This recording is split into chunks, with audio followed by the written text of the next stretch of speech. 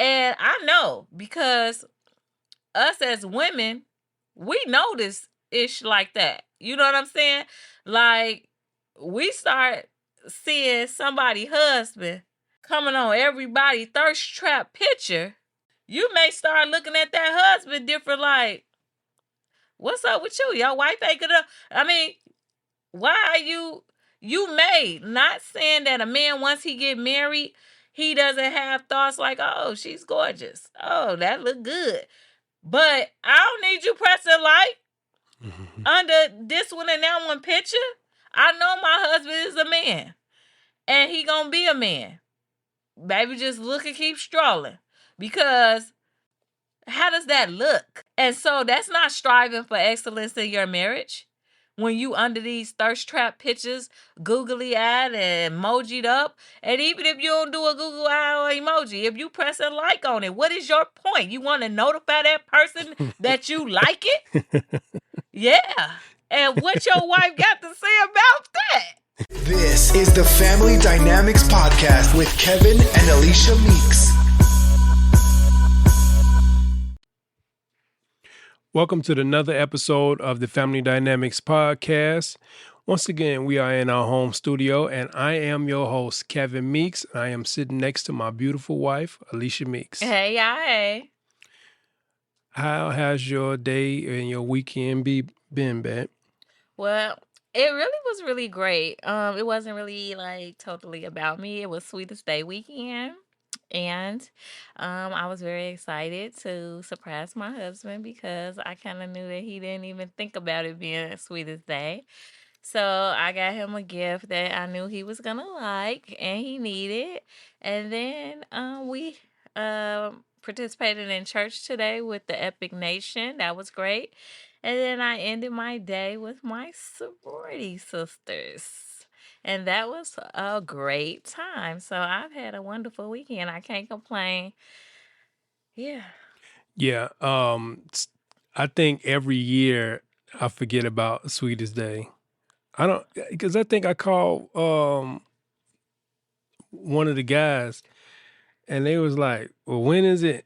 And what is Sweetest Day? I think you called. They didn't know what it was? Yeah. Well, we talked to Maya's goddaddy. He was like, Oh. what is Sweetest Day or whatever. But I always crazy. forget. Yeah. But but no, it was definitely a surprise gift, something I definitely needed. So I appreciate that. But today was a decent day. This was a decent weekend. It's kind of hard coming back from Florida this week with Epic Fest and having that nice weather and palm trees. When you always come back to the Midwest, it's just always like gray. Like blah, blah. It's gloomy and gloomy. And that's why we got to get out of here.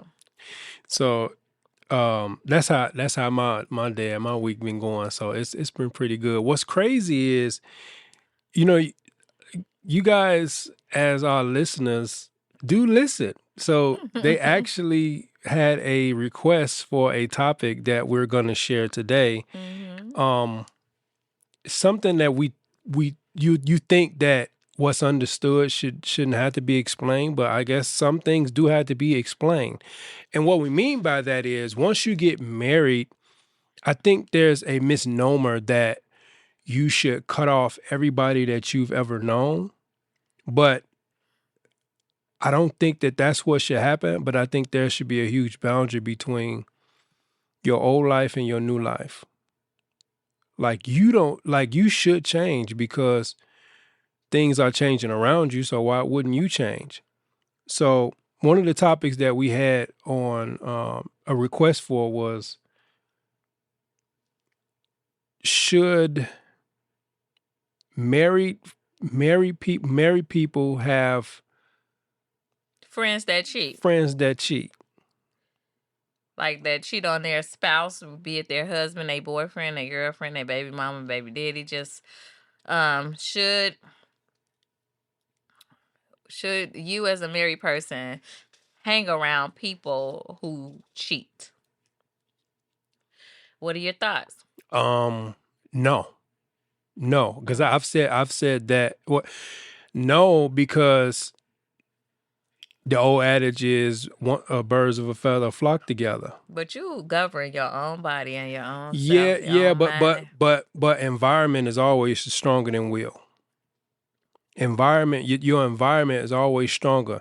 You and your spouse, your husband or your wife aren't always going to be on the best of terms. Mm-hmm. You know, we've been married for 9 years. We ain't always on the best of terms. And influence is You jumping in that. It's what? not now. What? It will be now. Oh yeah. Oh, Okay. okay. Right. It will be 9. But what I'm saying is influence is very heavy in our lives. So when emotions are high, low, or whatever, you got to be cognizant or you got to be mindful of your influences that are around you. That's why we say you got to be mindful of the counsel you get in those times too. Yeah. Like we've had some good and some horrible counsel as it relates to our marriage or trying to get help. I mean, we've been through a few situations, yeah, with different counselors. We have, and that's why it's always good to be able to communicate directly with your spouse. So imagine if we had taken advice of some of those people that we held at high esteem to help us in our journey as a married couple. How would that have changed or not even had our union? So imagine having friends that they cheat on their spouse and your spouse is hanging out with them and maybe you gravitate towards their thought process. Yes, I agree with you that you have to govern yourself, but govern yourself meaning govern your influences too. Well, I agree with that, but I don't know. Have I been around people that cheat in life? Yeah, in life I have. I kind of think that a vast majority of the people that I surround myself with have the same or similar morals and values as I do. So I haven't had to deal with it often. Has it happened? Sure. And when it does, then maybe God put me in their life for me to try to help them in that situation to say what's right and what's wrong. If faced with the topic, I'm not here to judge nobody and I'm not here to, be nobody's parent. But if you're my friend or someone close to me, then you already know that I'm gonna keep it 1,000 with you. That is not right.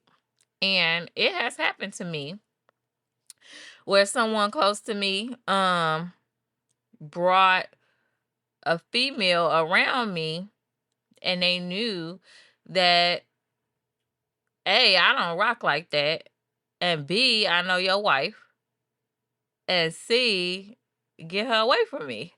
And I said that because I just know women, sometimes the women don't know though, but women who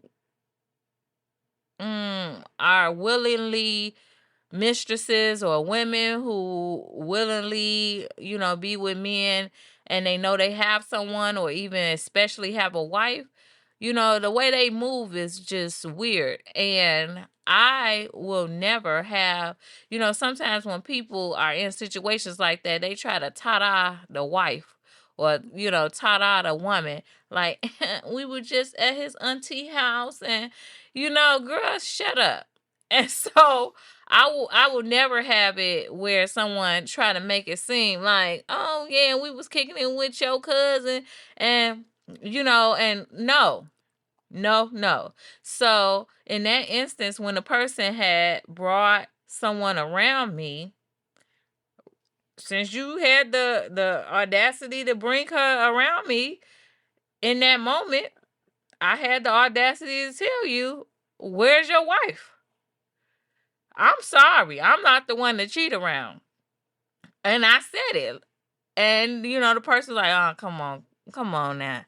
And I was like, no, I'm just saying, don't do this to me. I have to see you later. because it's not okay with me. And so with that being said, I think a lot of people know who I am and how I, it's serious to me. Cheating is serious to me. Why? Because cheating can ruin lives in many ways. Not only emotionally, but it can be a matter of life and death. I have a cousin that was murdered. Rest in peace, Russell Talbert. Because of a love triangle. And, the one guy shot him. And they both were dating the same girl. They weren't married, but it was just the point. They were both dating the same girl, and, egos got in the way. It happened. Outside of that, my life. It ain't no secret. My father was cheating. And so with that being said, my parents ended up with a divorce. And it affected my life, my mother's life, our life, my relationship with my father. You know what I'm saying? Because no matter what, you're not in the home, it's different. And, it affects your life. It does. And then with my daughter's father, my ex-husband, cheating. I just feel like if you don't want to be with somebody, that's why I will never cheat. I can say it. I haven't. I won't. Because I'm a grown woman. And if I feel the need to cheat and then it got that bad, I can just leave. It's nobody handcuffing me to this house or to this person. And so in any situation I've been in, because I know the effects of cheating and how it can ruin lives and really complicate things and even end lives, I'm not going to do it. And so if it ever comes to a point where I feel the need to cheat, sure, I can talk to my husband about it and we can try to go to counseling and everything like that.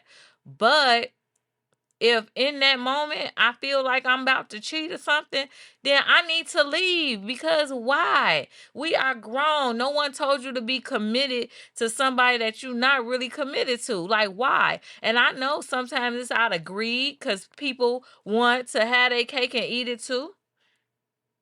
Because I was told, like, well, I was just getting it out of my system. I was going to come back and be with my family. Shut up. And that's young, immature thinking. But people think it. And they think like, oh yeah, I could just go out here and get this out of my system and come back. No. And I mean, it's nothing wrong. Can relationships and marriages survive cheating and infidelity, adultery? Sure, it can. It absolutely can. But what I'm saying is it will never be on my behalf. I'll just leave. I mean, because I'm just not going to do it. I feel like in order to cheat, you got to do so much lying. Because you ain't going to outright just tell the person you married to or with, oh, I'm about to go with this guy. You're not going to do that. So what are you going to do? You're going to lie. I'm not a liar. Why am I not a liar? Because it's just, I have no respect for liars. I just don't. I don't have respect. But I think that a lot of some cheating scenarios to the two people may be a perfect scenario to where the whole thing is a lie, but the way it's presented to them to where they're cheating, they feel like it's a perfect scenario. So they're cheating because I can get away with this, just like. But why get away with something? But I understand what you said. It's people who is willing to be polyamorous. It's people who is willing to be threesomes and stuff. So let's be adults and have a conversation. Yeah, but I think that what you're speaking of is a moral standard. Boom. To have a moral standard with self. And I do. And I think that that's awesome. And I think that more people should have a moral standard within themselves to say, these are lines I won't cross and I don't want it to be crossed with me. Boom. So, and I think for a lot of people who put themselves in situations, here's the thing, for the reason why we even on this topic, is you're putting yourself in situations to where I don't want to test my boundary line. I want to be as far as I can away from the boundary line so that I don't have to test myself. Meaning, if I know over there is hot, I'm not going to go over there. Like, that's my boundary. Like, it gets too hot over there, or it gets too eerie or sticky over there. Like, I think people live too close to the edge to where they fall into them temptations and they say, well, I'm not perfect. Well, no, but you were cognizant and you were aware that that's a issue for you. So why did you do that? I think our old pastor, rest in peace, he said that, God always give you a exit and he gives you an out. A sign and an exit. God always give you a sign and an exit. Yeah, he always give you a sign and an exit. And you know that. I think everybody has that. It's not liquor. It's not being inebriated in any way that is a reason for you to act like that. I feel like it's a conscious decision. Don't nobody just walk and fall into vaginas. You know what I'm saying? Like, let's keep it 1,000. Yeah. Don't nobody just walk and fall on the penis. Yeah. Like, stop.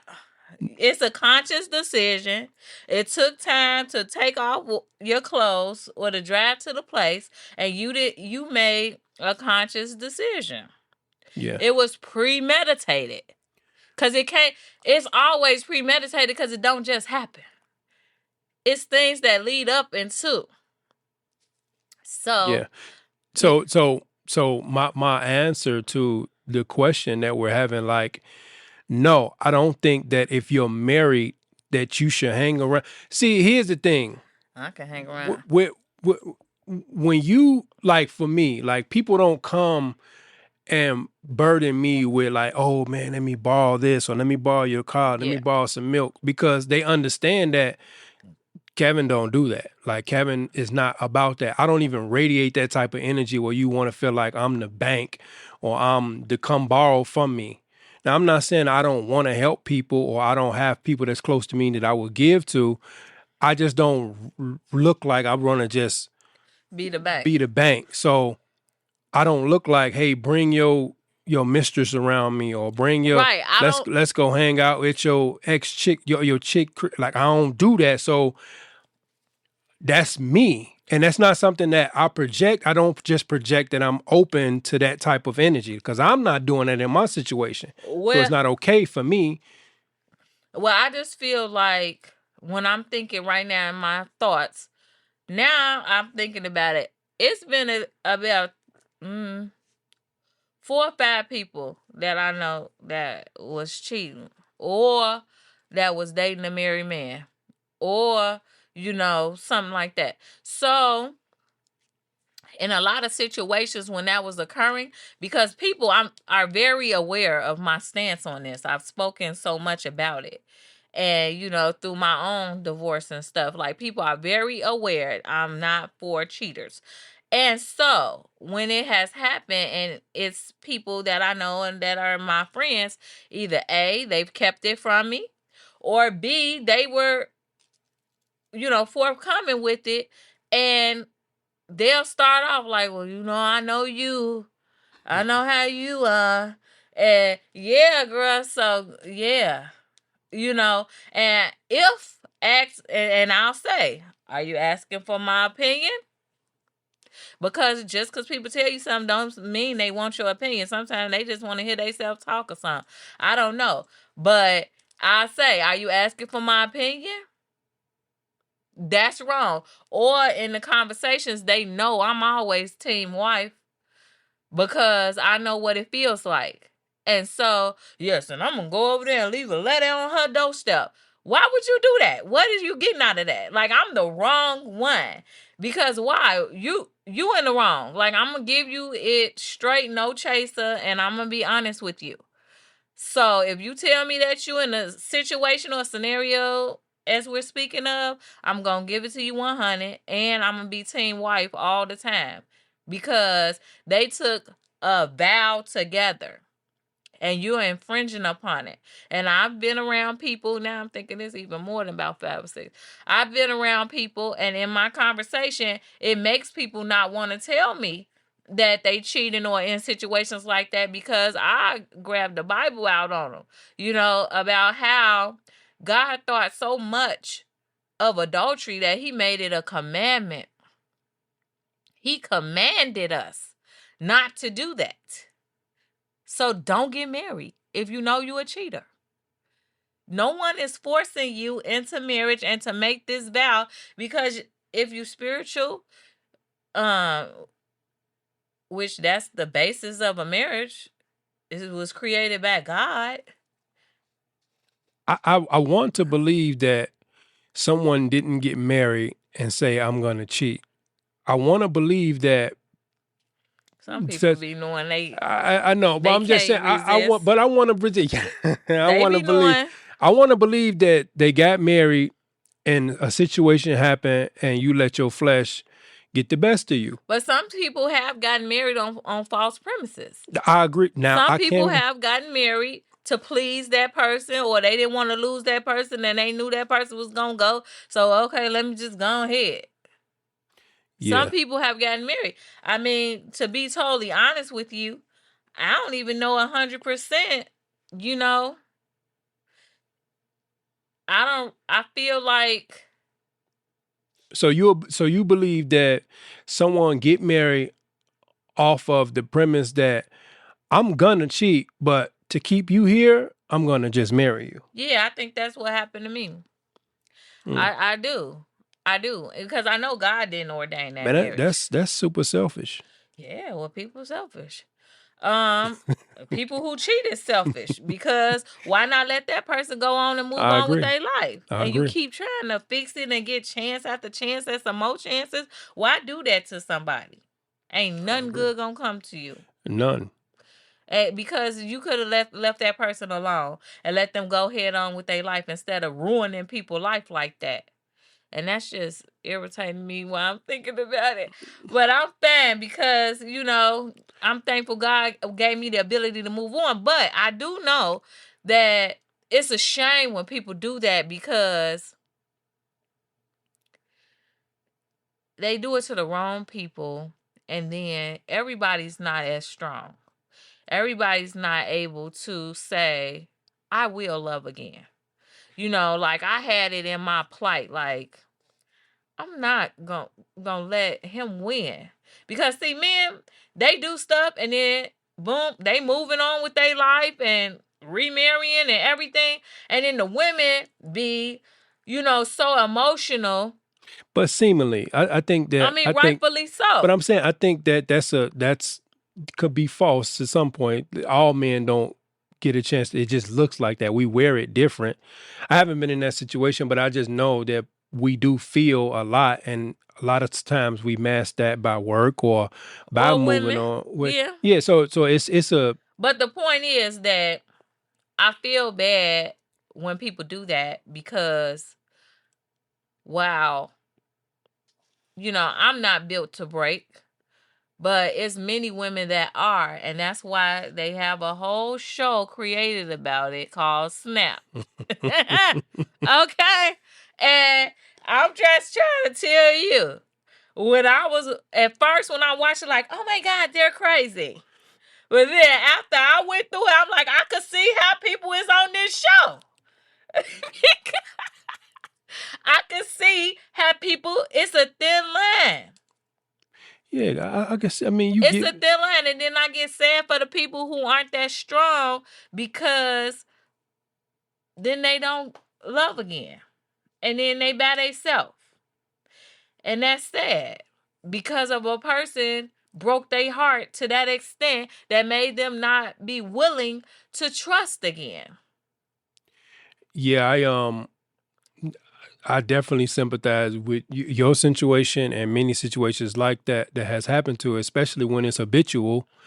Like Habitual, I baby. definitely sympathize because it breaks up, like you said in the beginning, it breaks up families. It breaks up someone's heart to where they don't want to love again, or everybody And it isn't can strong. end someone's life. Right. And it puts people in a situation where they don't move forward. Like, because they gives marriage, like I said, man, people want to get married so much and so bad that if you're not in it for the 100%, and those of us who are 100% in marriage and want to build family, community, and generations of children and people to live on, like you give so much in the marriage.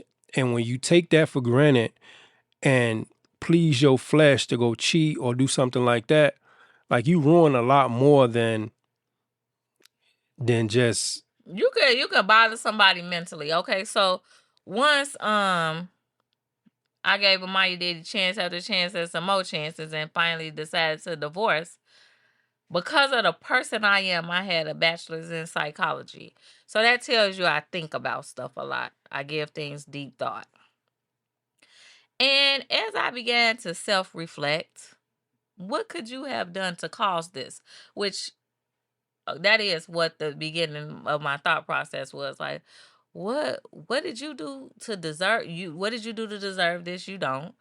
You don't deserve it. What did you do to cause this? You didn't. Because that person should have been honest and just not gotten married if they wasn't ready for marriage and wasn't going to be faithful or abstain to their vows. And so it was bothering me so much because I couldn't wrap my mind around it. Like, dang, we doing good. We got, this, that, the other, and I think I'm cute and this and that. And so I had pursued a master's degree in counseling and psychology because I needed in-depth understanding. That's how mental it will do a person, except for my plight was to gain understanding. Like I needed to understand. And after completing my master's program successfully, I'm very aware it had nothing to do with me. And I'm thankful that God gave me the opportunity to watch because I see now all the many children and women that no one can please people sometimes. And so it's not you. It's their own situations. But let me ask you: isn't there situations where there are accountabilities that the other spouse have to take when it comes to those things happening in a marriage or in a relationship? I'm kind of lost. Well, in all cheating situations or situations where the spouse went left the house or did whatever, do you think that there are some accountabilities that the victim has to take on in that?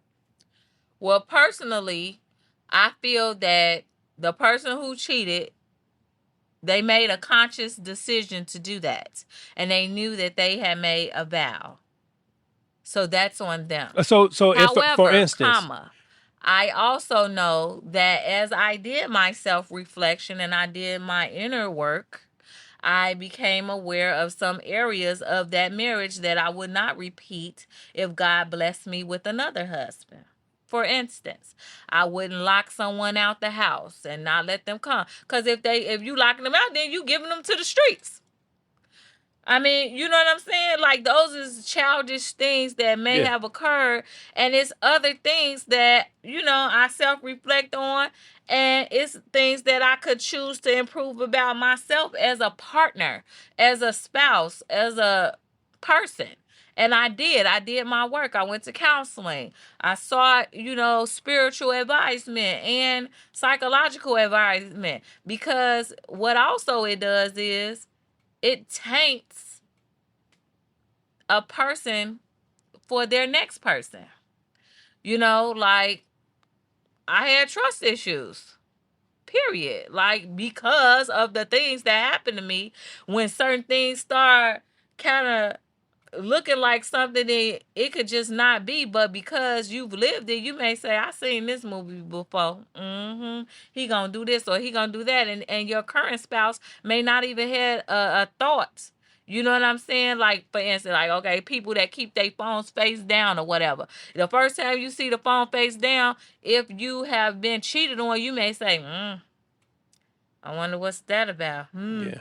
I'm about to look through their phone and all of that. You know, and it make you crazy. You have to do intentional work on you after being in situations like that, because when you move on, you don't want to carry that baggage. And while you are going to carry some of it, because it just is, you're gonna carry some of it with you, but you're gonna try your best. You should intentionally try your best to be a better person, or to cope with the things that you've been through, even outside of cheating. You know what I'm saying? Like, people who may possibly been raped, they may not be as sexual or as, willing to be touched as the next woman, but they know their spouse is going to want to have sex and give them comfort and different things. So they may have to make a intentional decision to let their spouse be comforting to them in whichever ways. So it's about being intentional with how you're going to move on from it. But what I was saying was, and I think you hit on it a little bit, where in your instance where you felt like, okay, I can grow in this area. These are areas I'm going to take accountability for in my marriage that I won't do. But there are more situations where the victim, and I'm not pandering to the victimizer, I'm just saying to help people out there that Give me an example. to cross all the T's. Like, if you see that your spouse is in need of something, like whether it's a man or a woman, like, you can't take your spouse for granted and say, because we married, you bet not do X, Y, and Z. You bet not cheat, or you bet not have a human physical desire because you married now, and take that person for granted. Like, whether it be your health, whether it be your physicality, whether it be intimacy, whether it be just anything, and then expect that person to not have a desire for that type of intimacy because you don't want to give it. So now you're upset because they did something, or they went outside and you did. Like, I think that's... No, I think that is... But it's a lot more sense... taking responsibility as an adult, because when you felt like you were going to do something else, but I'm saying have someone else do it for you. No. What I'm saying is, listen, if there are many people that's having conversations with their wife. There's many people that having conversation with their husbands and saying, hey, look, I need more of this, I need more of that.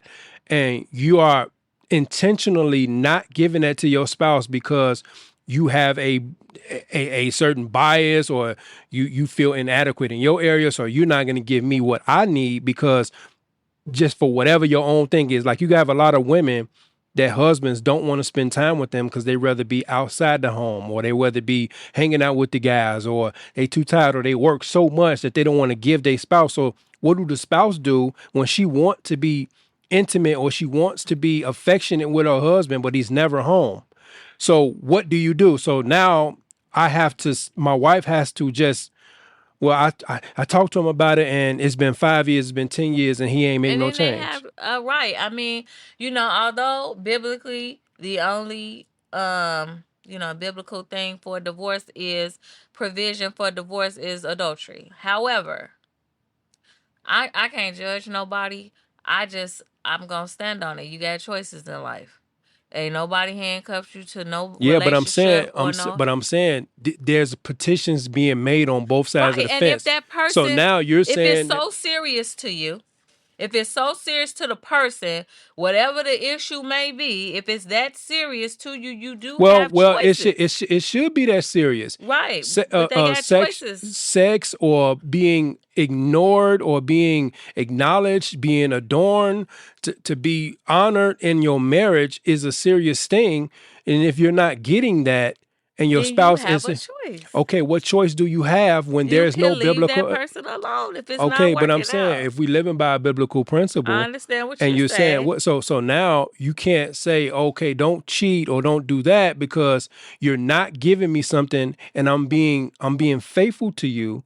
I'm honoring you by opening up my mouth and saying what I need from you, and you're not giving it. But I'm married under covenant, and I say I'm gonna honor our covenant to the day I die. But it's been 5 years, it's been 10 years, and you refuse to give me what I want. And that's intentional. That I'm verbalizing this and you're not giving it to me. Mm.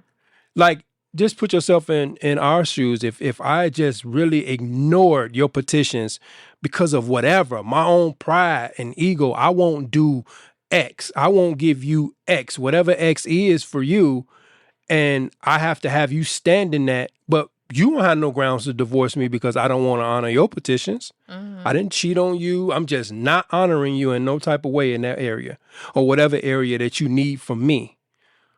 And you want that. You desire that. You didn't get married to be just a wife. You got married to be loved. You got married to be touched. You got married to be desired. And I'm not giving you that. It's many men that don't cheat, but they really bash their wives' physicality, or you're not doing this, or you're not doing that, or you're not this. But they there.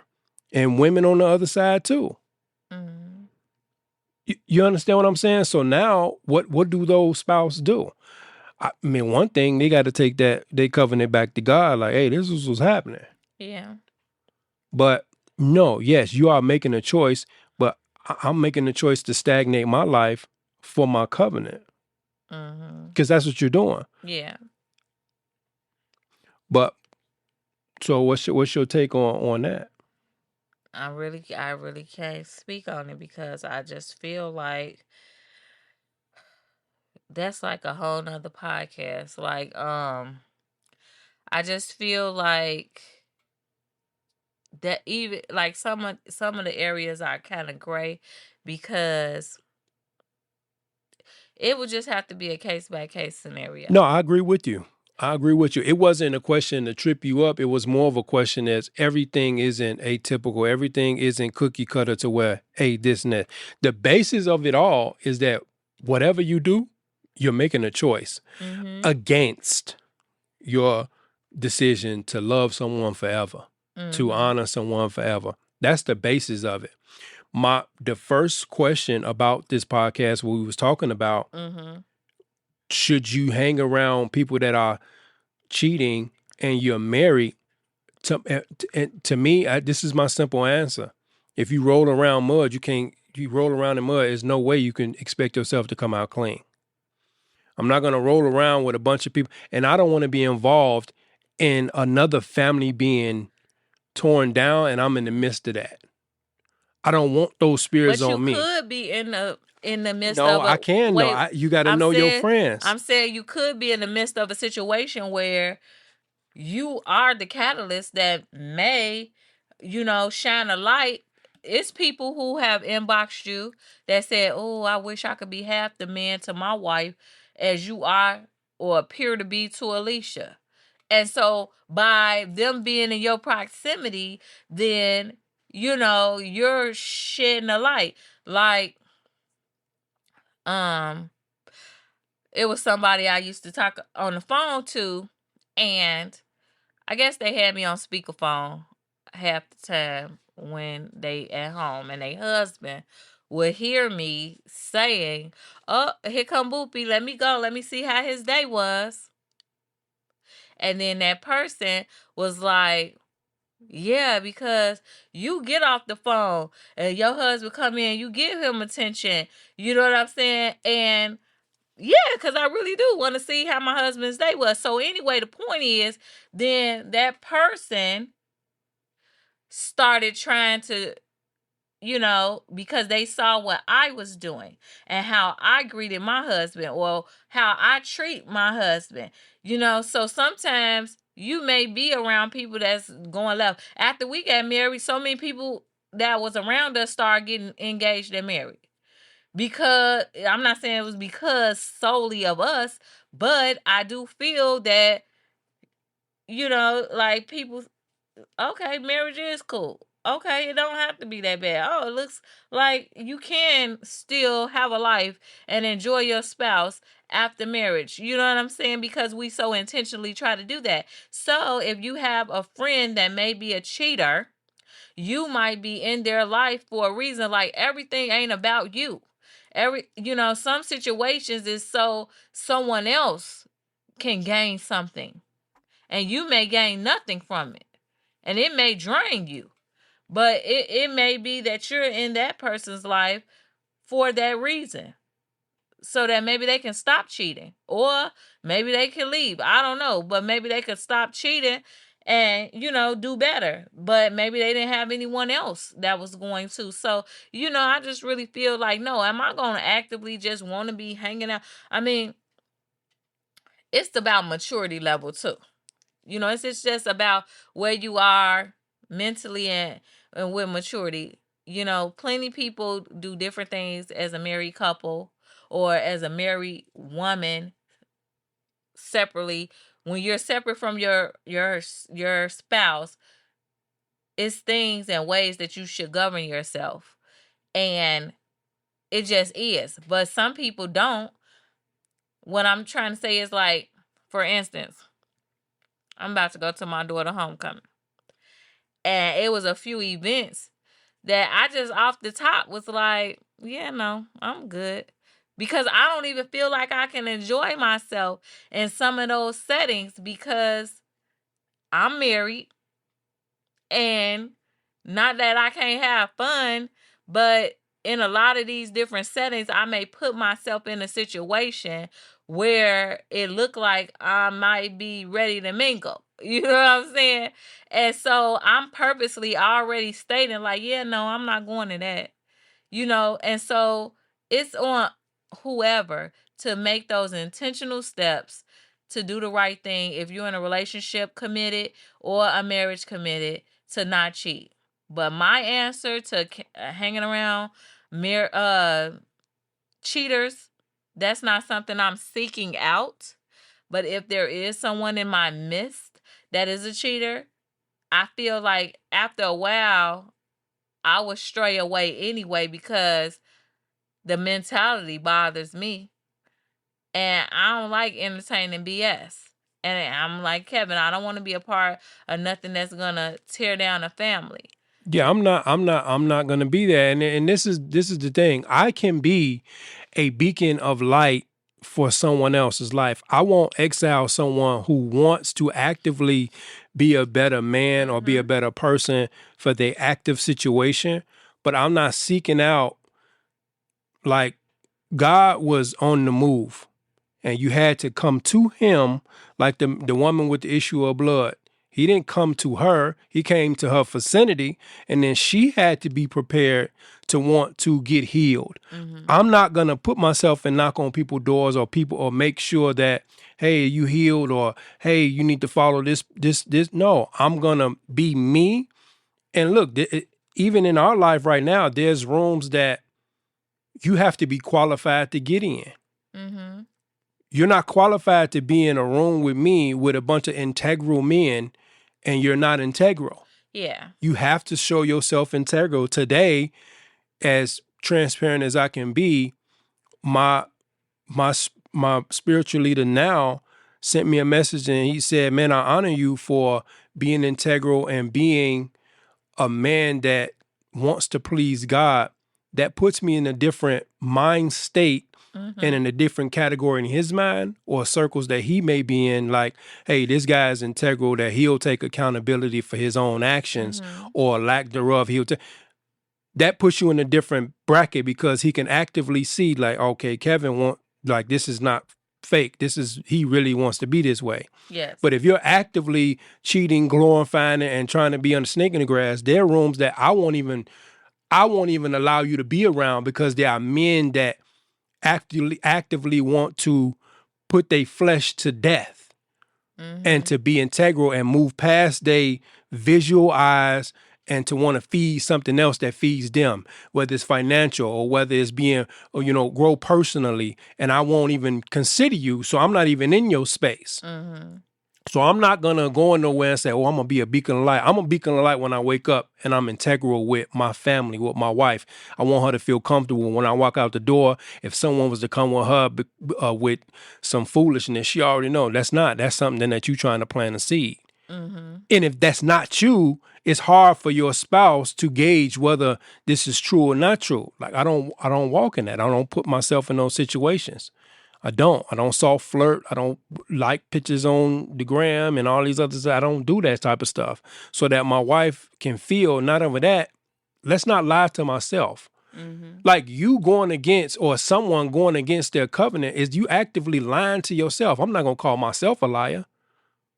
I'm calling myself a liar if I'm going to cheat on my wife or my covenant or my family unit. If I go out there and do something. Now, we not perfect, but let's strive for excellence at least. Let's strive for excellence, and that's the thing. Like today on the Housewives of Potomac, the lady was saying about how this other lady husband was in somebody's DM. You know, in those situations, like how this look? So you liking somebody in a bikini picture, how that look? You know, and I know because us as women, we know this ish like that. You know what I'm saying? Like we start seeing somebody's husband coming on everybody thirst trap picture.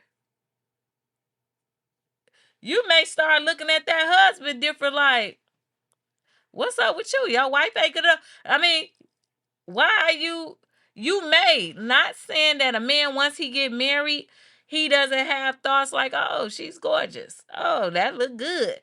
But I don't need you pressing like under this one and that one picture. I know my husband is a man. And he gonna be a man. Baby, just look and keep strolling. Because how does that look? And so that's not striving for excellence in your marriage. When you under these thirst trap pictures, googly eyed and emojied up. And even if you don't do a Google eye or emoji, if you press a like on it, what is your point? You want to notify that person that you like it? Yeah. And what your wife got to say about that? You feel me? Because what is your purpose of pressing like on that? You want that person to know I seen it. I agree with that. I like it too. And what's that about? So you need to dive deeper and ask yourself why. Why did I need to press like? Why did I have to let that person know? So you seeking attention? Is that attention seeking behavior? That you're pressing like to notify the person that you seen it so they could just know they always on your mind? Or, I mean, I'm just saying, all right, what was your point in doing so? You could have seen it and you could have slobbed on the picture or whatever you wanted to do and kept it moving. And no one would have ever knew. That would have just been your own little secret in your mind. But also, that's a sin for you to lust after somebody else. But I'm not going to get deep on you. But if you in the Bible and you having a Bible-based marriage, ooh-wee, I'm going to be quiet. All right, y'all. We answered this question. Yeah, I think we went in depth with that. I don't have nothing else to say about that. It just, you got to, get it together. Examine yourself. Hey. You got to examine yourself. Look at the man in the mirror. Examine yourself. So this has been another episode. Hey, look, this is a response to a comment of a topic. If you have anything else, if there's something else that you want us to touch on, our experience, and it's subjective. This is how we feel. If that's not how you feel, that's okay. Yeah. But put in the comments, send us a message if something else, another topic you want us to cover. But this is just our take, and this is the family dynamics. And we'll see y'all in a minute. Bye. Thank you for listening to another episode of the Family Dynamics Podcast with Kevin and Alicia Meeks. Thank you, guys. Please like, subscribe, and comment. And don't forget to follow us on social media at The Family Dynamics. We'll see y'all in a minute. Bye.